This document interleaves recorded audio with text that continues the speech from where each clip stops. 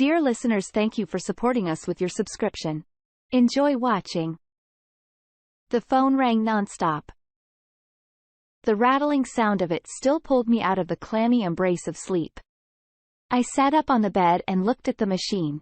I still hoped that someone had got the wrong number, but the phone rang repeatedly, and finally I picked up the receiver.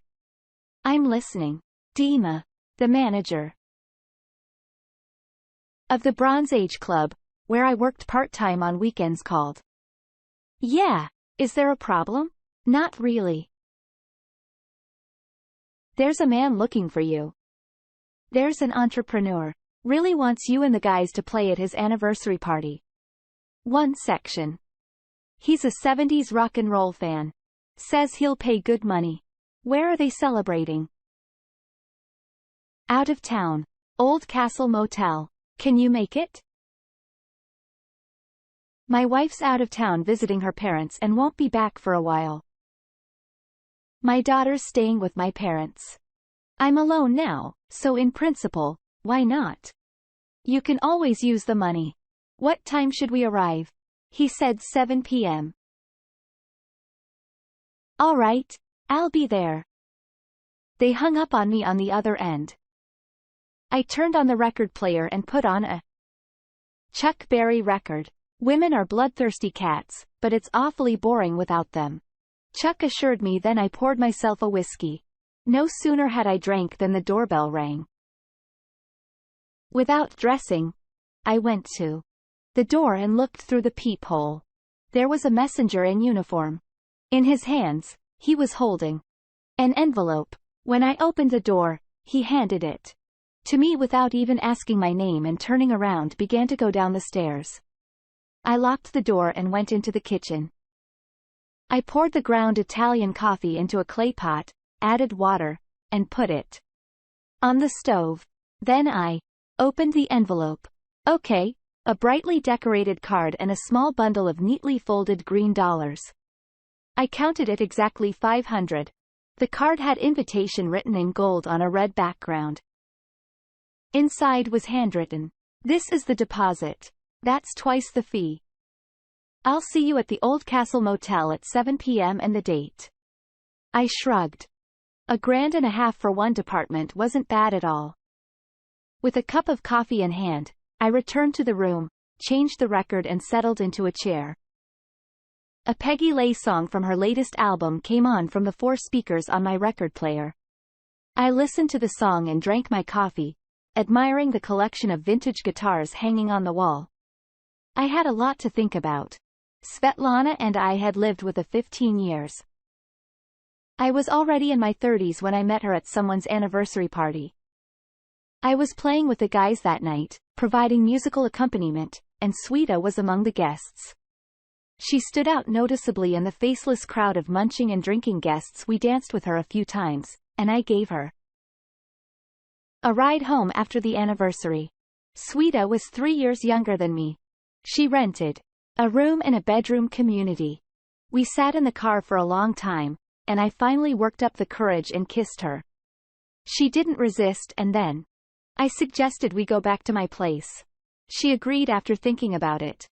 We drank some wine, listened to music, and moved on to more serious physical exercise. So she came into my life. Sweta had a very valuable quality. She knew how to be in the right place at the right time. And soon, I could not imagine my life without her. We dated for about 3 months and came to the conclusion that we should get married. We got married in September. We didn't exactly splurge. Friends, parents, and close family.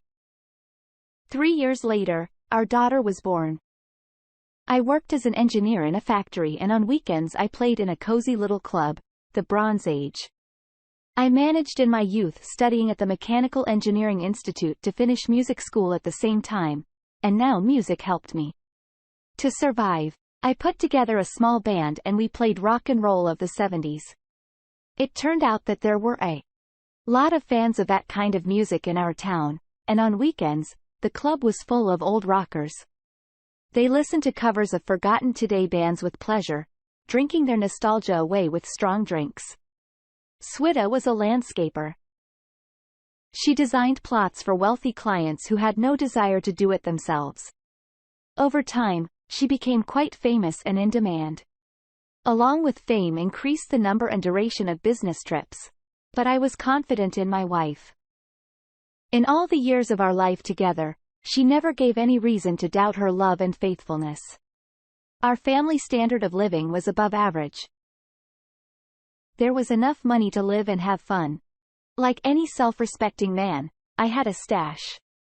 A week ago, I learned that the owners were going to live abroad and urgently wanted to sell the Bronze Age Club at a fairly low price. I didn't hesitate to borrow money from my parents, took a loan from the bank with my father's help, added everything I had and bought it back. I registered the purchase in my father's name. He was a pensioner and had significant tax benefits. Svetlana knew nothing about it. I decided to wait for her and celebrate our purchase. At the same time, to consult with his wife on what to do next, leave work at the plant and work closely involved in the club, or continue to try to sit on 2 chairs. After lunch, I called the guys and asked them to come to the motel a little earlier to set up and check the equipment. Then I called my wife, but her phone was off. Okay, I'll call her back later. I guess it's dead. I changed my clothes. I put on a light, dark blue shirt, jeans, and light high-heeled cowboy boots. A 70s rocker's dream. Checked my guitar, chords, and microphone. I try to work with my gear to rule out any surprises.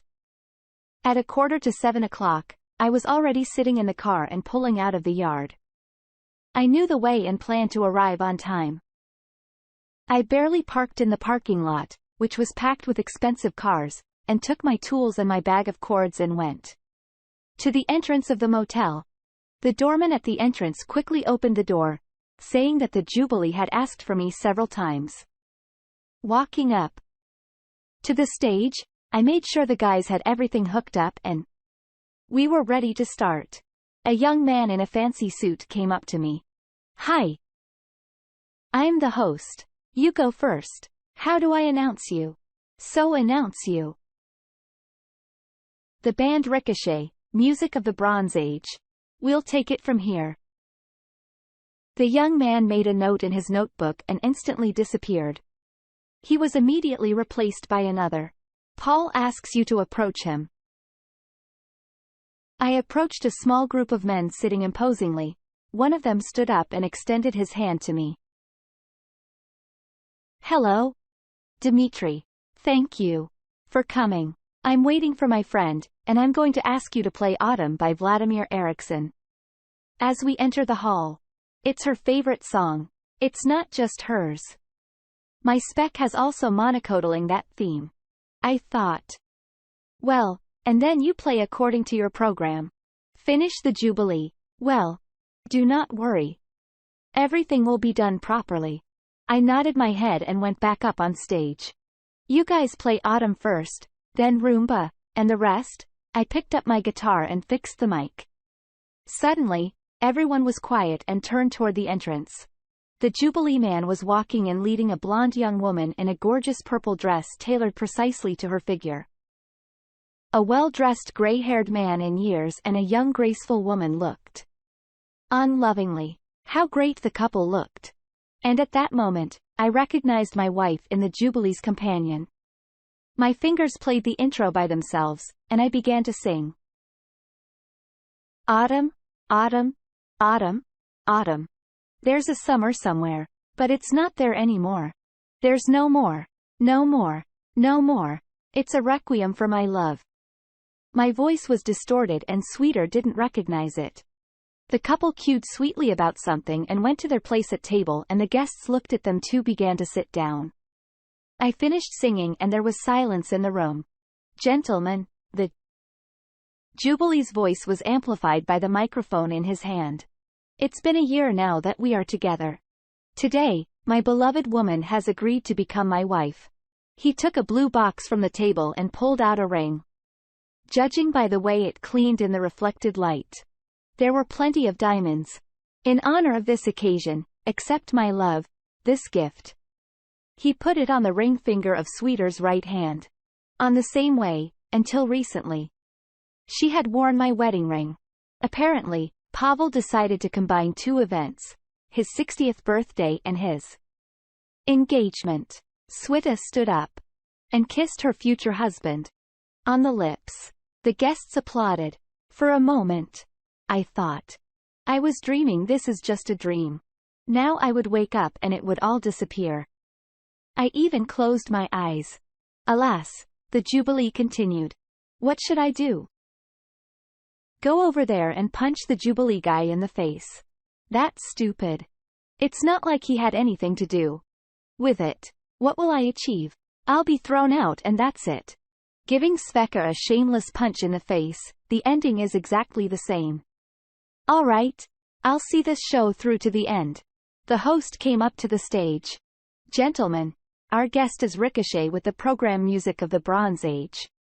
The lights were dimmed and a spotlight illuminated the front stage. And then Sweta recognized me. I could clearly see her hand pressed against her throat. Her companion leaned toward her and then said something to the waiter.